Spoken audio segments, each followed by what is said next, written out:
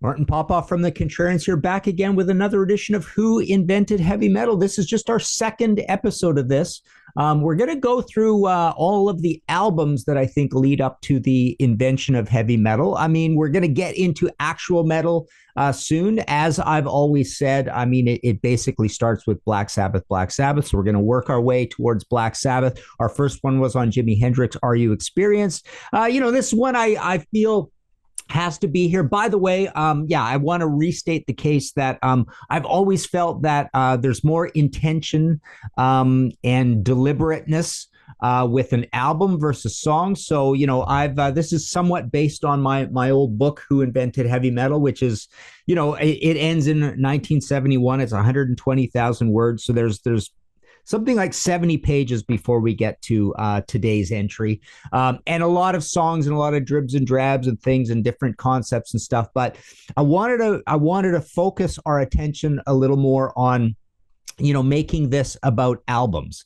And these early albums, have patience with this series. We're going to get to the point where we are actually within the realm of actual heavy metal. And this is very proto at this point. But the one I wanted to talk about here is Cream's Disraeli Gears.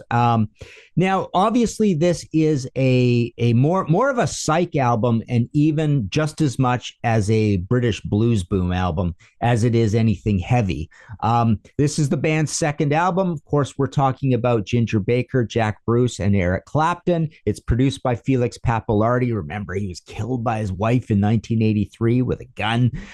It's engineered by Tom Dowd. Interestingly enough, it was recorded at Atlantic in New York City. So this is a British band, and apparently their visas were running out and they had to finish up the album, sort of thing. A few other things. Ahmet Erdogan from the label was expecting them to do more of a blues album, and he called it, I think, psychedelic hogwash.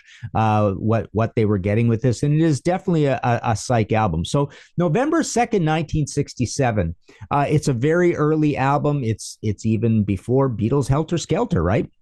It's an early album in this. This is why it is only the second entry of what we're looking at here. And like I say, I mean, I'm not that much of a Cream fan, number one. And number two, it's definitely not that heavy an album. But we're looking at let's just kind of go through it here. We've got Strange Brew, which is kind of heavy, loud psych kind of thing. Sunshine of Your Love is probably the best example, with sort of the tribal drumming and definitely the doominess of the riff to that, and then the chordal, big stacked chords at the chorus, and a bluster of noise as well. So that really is probably, it's the most famous song on here, and it is actually probably the heaviest song on here, right? World of Pain is up-tempo, psych, and up-tempo. I would say it's like a psychedelic ballad, but you do get some busy drums in there as well. I think the other reason that we have to consider Cream as part of this story of early heavy metal is that they are a power trio, and it's a lot about, I'm going to get to a quote in a second. It's all about this idea of volume and the advancement in PA systems, amplification. It's also a little bit of that Who ethic, that chaos of big egos and everybody wanting to solo or play at once. There's stories about them raising the volume upon volume upon volume of each other to be heard the most, kind of thing. Over to the vocals, we definitely do not get any semblance of a heavy metal vocal. Jack Bruce has got this velvety, cool, kind of sublime, ethereal voice. He's kind of the main singer, but Eric Clapton sings. Even Ginger sings on this. It's considered to be, it's a little more spreading the singing around than you got on the first one, which was Jack Bruce, right? But yeah, Ginger sings Blue Condition. He's got a weird voice that doesn't seem to line up with what we know about his personality. But yeah, just continuing to go through these tracks: Dance the Night Away, Psyche, Doorsy kind of thing, Blue Condition. Like I say, that's the one sung by Ginger. Weird, kind of a weird pinched vocal. Tales of Brave Ulysses. It's rocking enough. It's got wah wah. That's the other thing about this album. I think you're not getting particularly proper distortion. You're getting kind of an overdriven distortion when you get any at all, but you do get wah-wah, and you do get a very electric sound on the licks, on the soloing that we get from Eric Clapton. So there is an element of you're feeling that this is a very electrified album. SWLABR is actually pretty heavy and thick. And riffy. So I think that's probably the second heaviest song. We're Going Wrong, dark tribal psych kind of thing, some heaviness to that. Again, Ginger with his busy drumming, with his sort of power drumming, a lot of psych. I mean, it's very Mitch Mitchell as well. Outside Woman Blues, again, electric-y sort of licks on a heavy blues.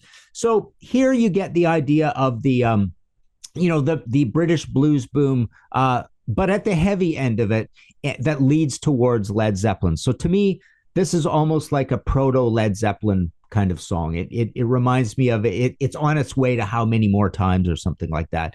Take It Back is a blues, and then Mother's Lament is just kind of a joke tune at the end kind of thing. So definitely not a very heavy album, but it is the one people will point to, and it is always cited as part of this pedigree or this path that leads towards heavy metal. So like I say, the first few chapters of this sub show here on the Contrarians are going to be the proto albums, right? But I did want to mention a couple of things here. So, my Who Invented Heavy Metal book is all timeline and quotes, and at one point here, October 13th, 14th, 15th, 67, Cream played the Grande Ballroom in Detroit, one of the most influential and galvanizing gigs on the Detroit bands that will have a huge hand in inventing metal. So Cream play the Grande Ballroom, and we do get the Stooges, we do get MC5, we do get the Amboy Dukes. Alice Cooper moves to town. There's some heaviness there, and this is all according to Grande owner Russ Gibb, who I interviewed before. Sadly no longer with us. The band gains a reputation for volume in the live environment, byproduct of being early adopters. The most powerful new amplification systems sporting on the gigs variously are the Rationals, Apostles, The Time, and MC5. Jack Bruce told me we were loud by the standards of the day, but not loud by what followed. No, I mean, now people use wedges and so forth. They're using more power than we used. We used 100-watt amps, but it seemed very loud at the time because people hadn't heard loud stuff before. I interviewed the CEO of Gibson Guitars, Henry Juskiewicz, a very Polish name. I'm probably butchering it there. I'm sorry, Henry. The amplifiers got big and they got loud, and the crowds got big. While there was always arena shows and so forth, really most of the sound came through public address systems. 10 watts is not going to fill an arena, so these amps were mic'd. When the mid-60s hit, people brought this huge amount of equipment on stage, and started with big amplifiers, and then it became walls of amplifiers, and now you still mic that probably. But the sound went directly out to the audience and directly out to the guitar player. Now you're engulfed in this sound, and you can just feel it. And it's a more immersive way to play. It brought the audience and the guitar players together in a sense. So, this is something we pursued with the Metal Evolution episodes, this idea that just loudness and amplification made for, somewhat an abstract version of the invention of heavy metal, right? Let's see what else. I won't go on with Henry's quote. But then on the next page, we've got, when Jack Bruce was telling me about the story of Sunshine of Your Love. Pete Brown, who's my lyricist. Yeah, that's the other funny thing about Cream. They've got an outside lyricist, right, in Pete Brown. And myself, who's always had to write songs for the album very quickly because we never had much time. So we were trying to write some stuff. We had been up all night and we weren't really coming up with anything. And we were in that flat in London. My flat in London, I just picked up my double bass and played the riff. The line of Sunshine to Your Love. I remember he sings it as I was interviewing at Massey Hall backstage for this. Pete looked out the window and he wrote It's Getting Near Dawn. And I think that's probably the best record that we did. It was the one that got us attention in the States. It was the first thing we recorded at Atlantic Studios with Tommy Dowd. There were a lot of good people around. We had a blast doing it. Stooges drummer, incidentally, I interviewed him also backstage at Massey Hall at a different occasion. He says, depending on what you say a heavy sound is, if you're going towards heavy metal, I would say the big inspirational drummer for heavy metal had to be Ginger Baker, the drummer for the Cream, because he started his drum solo thing with the double bass drums and everything. Every drum in the world wanted to do it. And that's another good point. So, they have Toad. They have a drum solo song. Eventually you would hear that. Bonzo's Montreux, I suppose, leads on from that. But just this idea of double bass So this is one of the birthplaces of double bass drumming, Ginger Baker, right? So that's important for the invention of heavy metal. Who, Cream, and Jimi Hendrix, roadie Neville Chester on double bass drums. I remember interviewing him for this whole idea of the origins of metal. Double bass drums came in 67. It would be between Ginger and Keith.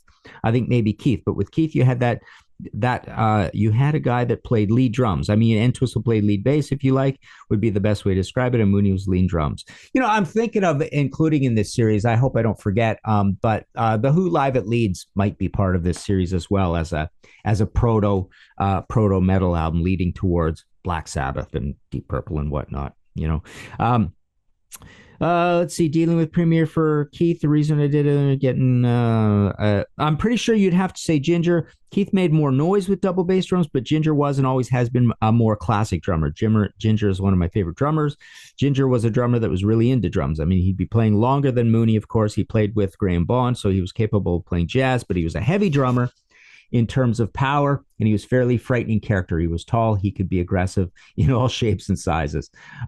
Vanilla Fudge guitarist Vinnie Martell. I'm not going to include Vanilla Fudge in this series because they're important in a way, but I don't really want to key on a specific album with them. So, like I say, this is really going to focus on albums. But he says Cream contributed a lot because they were a straight-out trio with heavy drum and bass mood, and with Clapton, who was a great player. What he did with the guitar and what was beautiful about them to me was the fact that since it was just a trio, he's able to really get into the guitar. And again, the guitar is central to heavy metal, right?